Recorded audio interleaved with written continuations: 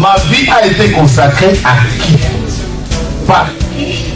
Et pour quelles raisons? Ce sont des questions qui viennent vers le Seigneur. Je ne sais pas quel problème te ronge.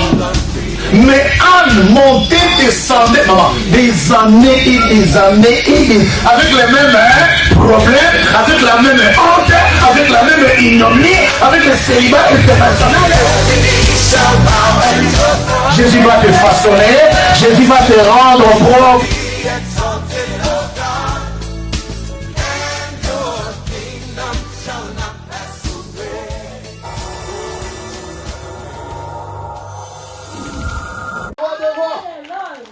Amen. Je bénis l'Éternel pour ce matin.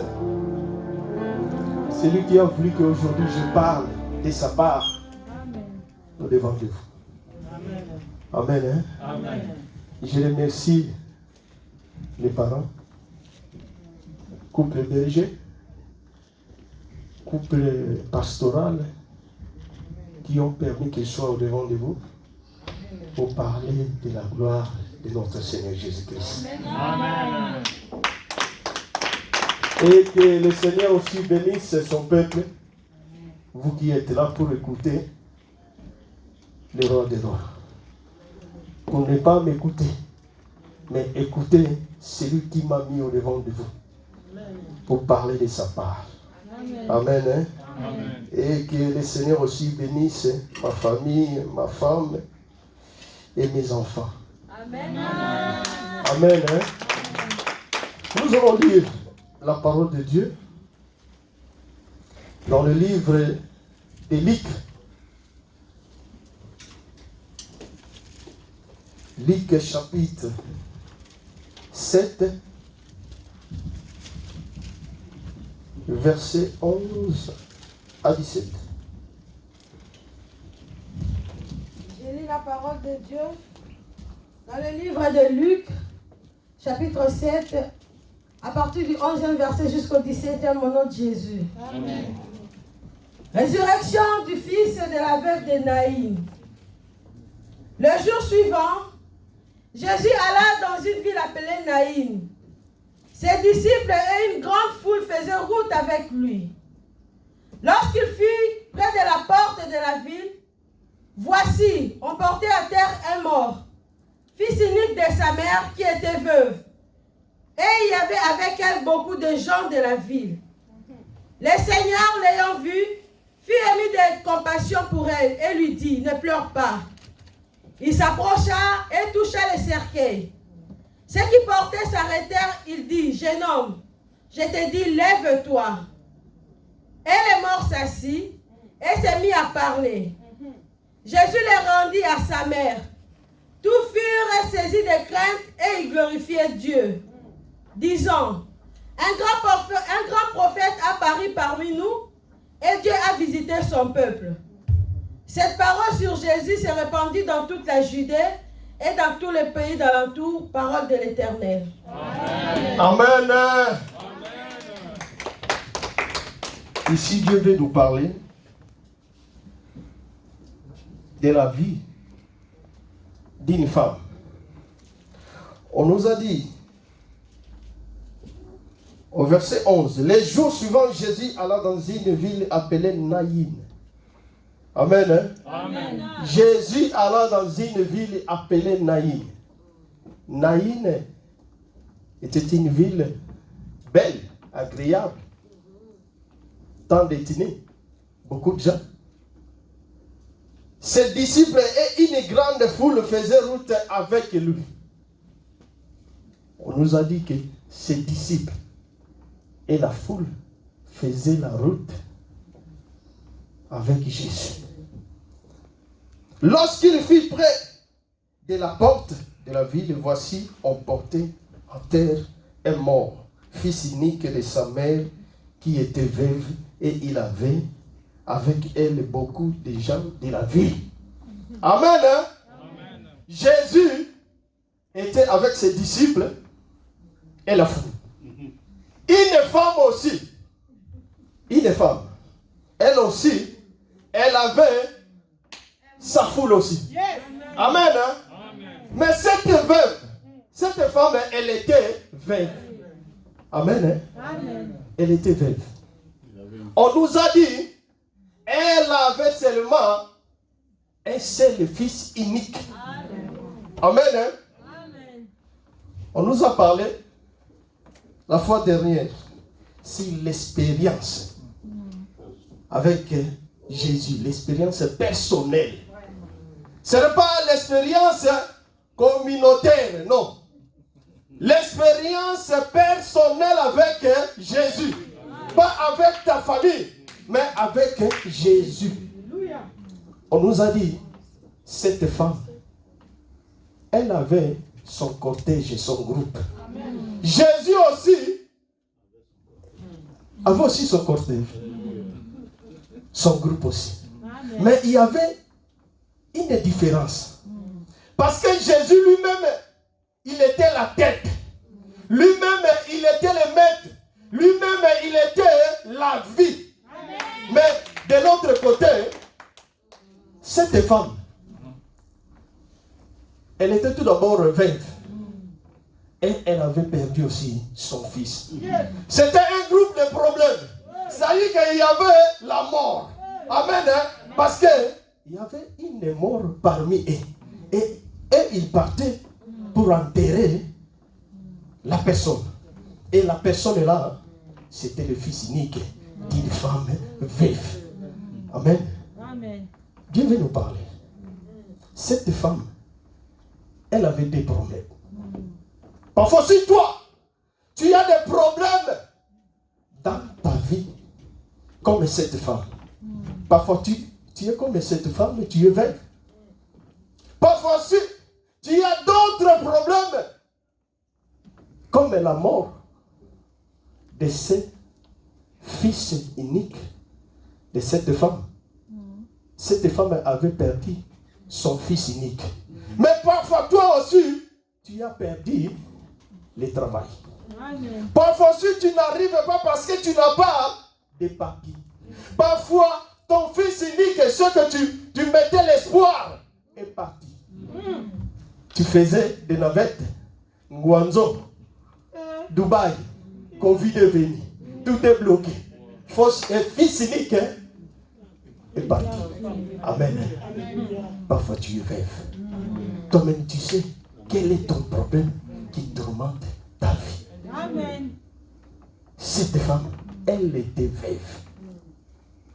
Son espoir, c'était son mari. Premièrement, maman, c'est son mari. Son mari, elle voyait que mon mari, elle faisait tout pour moi. Il n'est plus là. Alors, le diable est venu encore. Le fils qui était là, c'est lui qui me consolait. J'ai besoin de ça. Mon fils viens me faire ceci, viens me faire cela. Lui encore est parti. Mais on nous a dit, dans son groupe, elle était avec des incapables. Les gens qui l'accompagnaient pour enterrer l'enfant, son fils, qui t'accompagne. Amen. Amen. Pendant que tu as des problèmes dans ta vie, qui t'accompagne. Il y a des gens que tu dis non, ça c'est mon frère. Mon frère dit ça. Quel est ça? C'est mon fils. C'est ma soeur. C'est ce que tu veux là. Mais qui t'accompagne? Tous ces gens-là, ils étaient incapables de donner la solution, de réveiller son fils. Mais cette femme, elle plairait. Elle plairait. Parce que dans son groupe, il y avait tout le monde. Les gens qui étaient contents. Parce que comme dans tout le deuil, il y a tout le monde. Les gens qui sont d'être, même si tu pleures, même si tu ne pleures pas, et ils ne sont pas là. Mais il y a aussi des gens qui ont la compassion. Mais leur compassion ne peuvent pas apporter la solution. Ils vont te dire seulement, il faut avoir La foi, il faut persévérer, tu sais. Ce sont Makamboya. Hein? Ce n'est pas toi la première personne. Hein? Sois fort. Il faut avoir un nerf solide. Quel nerf solide? Amen. Hein? Amen. Il y a des gens qui viennent seulement, ils te consolent, mais ça n'arrive pas. Ça n'arrive pas. Ça n'arrive pas. Nous allons lire le verset 13. Le verset 13. Le Seigneur l'ayant vue, fut ému de compassion pour elle. Et lui dit, ne pleure pas. Amen. Hein? Amen. Le Seigneur l'ayant vu, le Seigneur lui-même. Est-ce que pendant que tu as des problèmes, ton Seigneur, ton Dieu, il te voit? Il te voit. Même s'il te voit, comment il te voit? Le Seigneur l'a vu. Fit ému de compassion. Mawa na nzambe oh mawa, mawa na nzambe oh mawa, mawa na nzambe oh mawa, mawa na nzambe oh. Il n'y a que la compassion de Dieu qui va apporter la solution dans ton problème. Amen. C'est pas la compassion des hommes. Ils vont te dire non, ce sont des choses qui arrivent. Il faut être fort. Quelle force tu vas avoir sans Jésus? Amen. Il n'y a que la compassion de Dieu qui peut changer tout. Jésus a vu cette femme. Et il a eu la compassion. La compassion. La compassion de Dieu. Toi, qu'est-ce que tu cherches? Tu cherches la compassion de Dieu? Pendant tes problèmes? Ou comment? Parce que cette femme, elle pleurait. Elle pleurait. Comment toi tu pleures? Pour que la compassion de Dieu soit manifeste dans ta vie. Comment tu pleures? Tu pleures dans la repentance. Tu pleures, tu réclames la miséricorde de Dieu dans ta vie. Ou comment? Quand Jésus te dit, ne pleure pas. Parce que c'est-à-dire qu'il y a la solution à côté. Amen. Amen. Hein? Amen. Aujourd'hui, c'est aujourd'hui. Aujourd'hui, Jésus te dit, ne pleure pas pour ton problème. Amen. Ne pleure pas pour ton problème. Même ici, tu es arrivé à la fin. Tu vois que je n'ai pas de moyens, je n'ai pas de papiers, je n'ai pas de mari, je n'ai pas des enfants. C'est Dieu qui les donne. Amen. Amen. Hein? Il te dit aujourd'hui, ne pleure pas. Amen. Hein? C'est le même Jésus aussi qui a dit à Marie, ne pleurez pas. Amen. On nous a parlé sur la vie de Lazare. C'est le même Jésus là qui a dit à cette femme, ne pleure pas. Pourquoi tu pleures? Pourquoi tu pleures? Pourquoi tu lamentes pour ton problème? Mais aujourd'hui, Jésus te dit, ne pleure pas. Amen. Continue, maman. Amen. Verset 14. Il s'approcha et toucha le cercueil. Ceux qui les portaient s'arrêtèrent et dit, jeune homme, je te dis, lève-toi. Parole de l'Éternel. Amen. On nous a dit,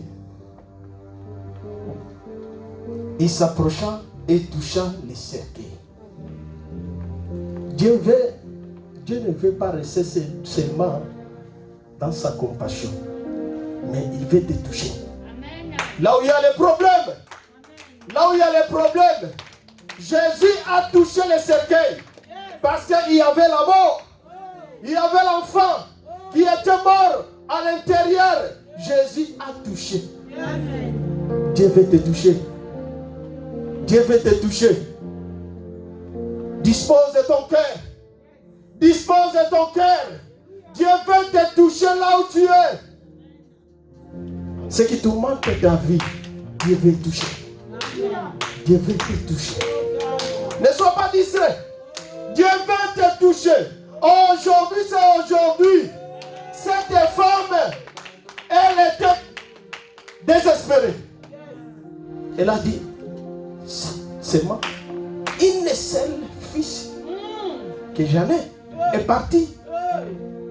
Les gens qui étaient à côté d'elle, ils étaient capables. Mais Jésus a dit ne pleurez pas. Il s'est arrêté, il ne s'est arrêté pas. De là, mais il a continué. Il a touché. Il a touché le cercueil. Dieu veut te toucher. Là où tu te sens mal, si tu es malade, si tu as des problèmes, Dieu veut te toucher. Dieu veut te donner la solution. Amen. Amen. Là où les gens n'arrivent pas, Dieu veut arriver. Amen. Amen. Amen. Jésus a touché les cercueils. Ce qui les portait s'arrêtait. Yes. Amen. Amen. Dieu veut non seulement toucher les cercueils. Amen. Sois connecté, sois connecté. Amen.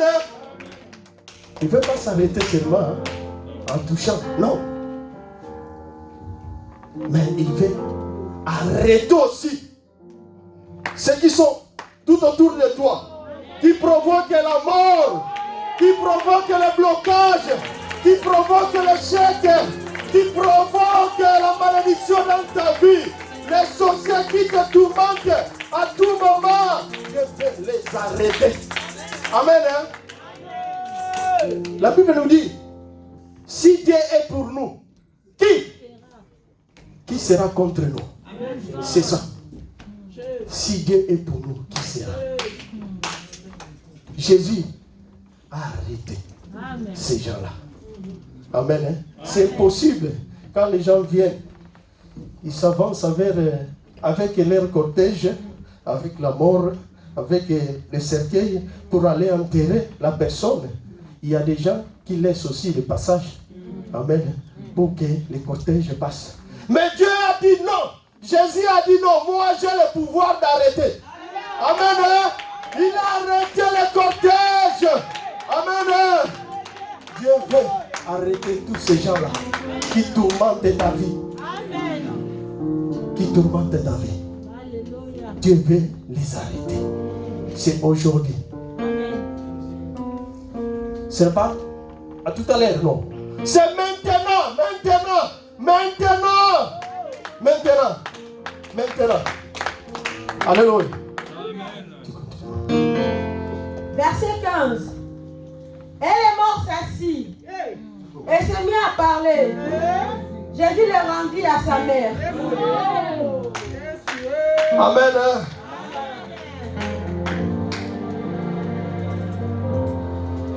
Alléluia. Il dit, jeune homme, je te le dis, lève-toi. La délivrance continue. La délivrance, comme on nous dit, c'est un processus. Ça ne s'arrête pas. Jésus a commencé, jusqu'à ce qu'il a appelé les jeunes hommes. Jésus n'a pas appelé les morts.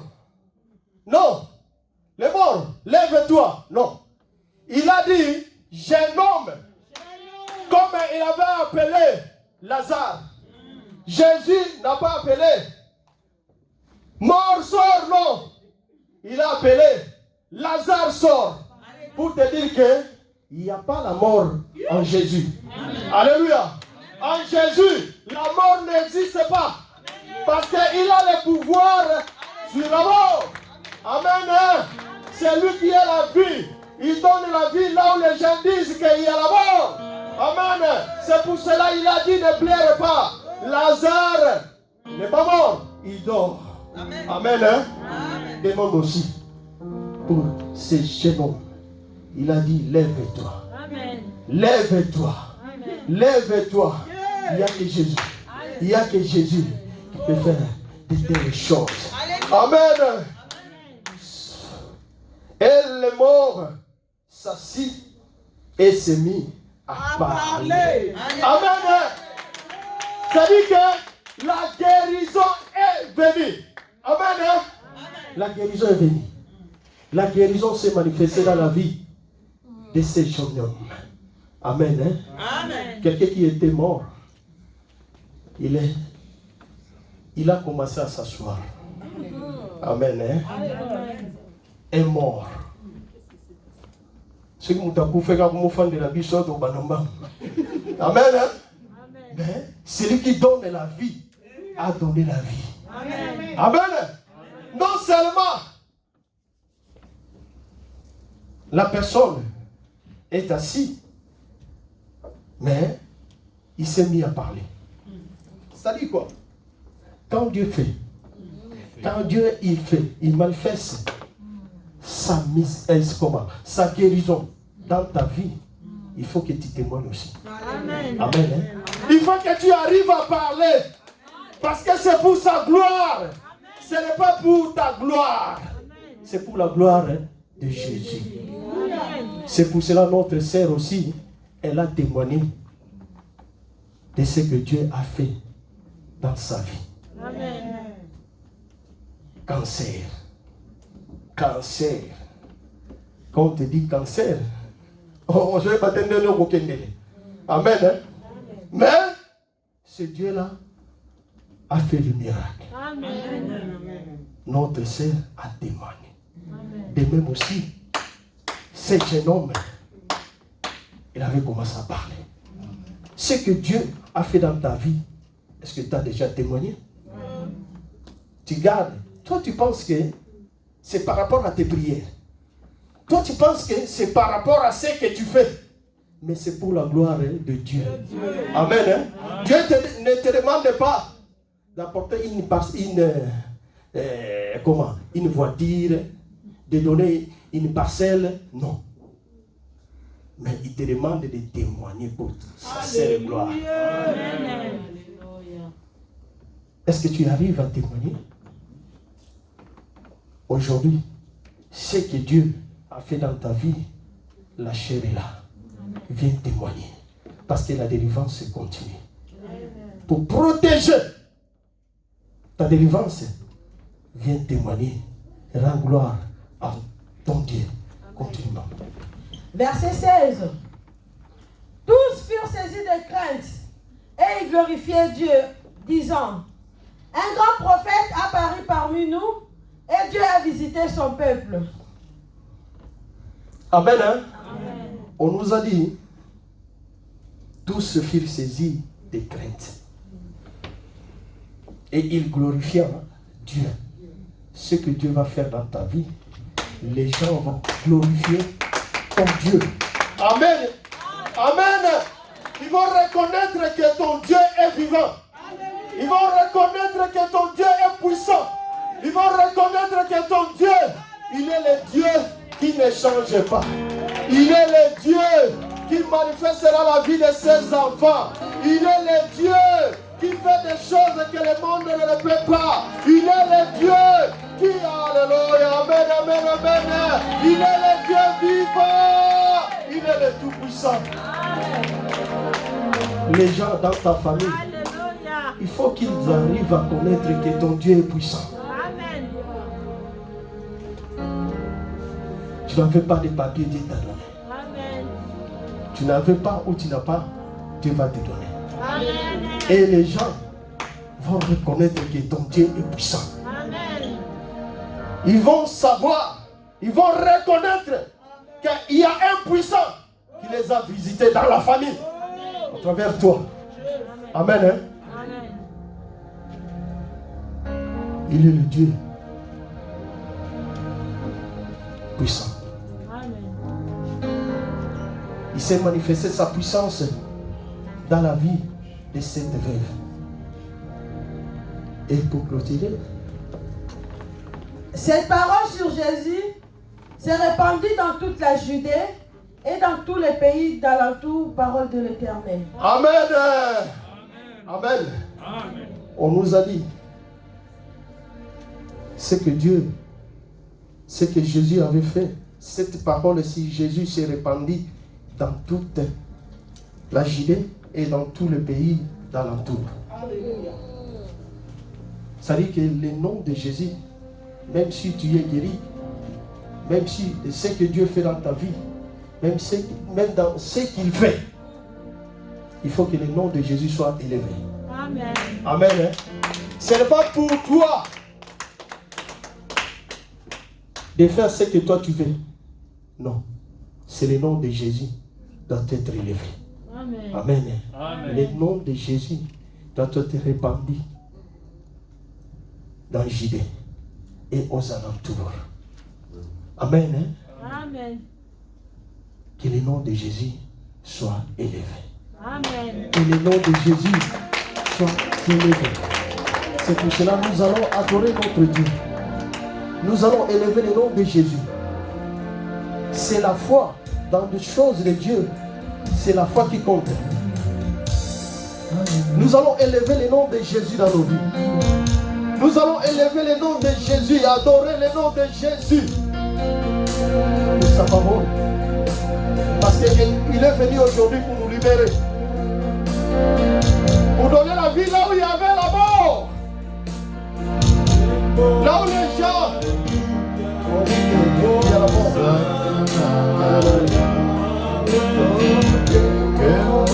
Alléluia.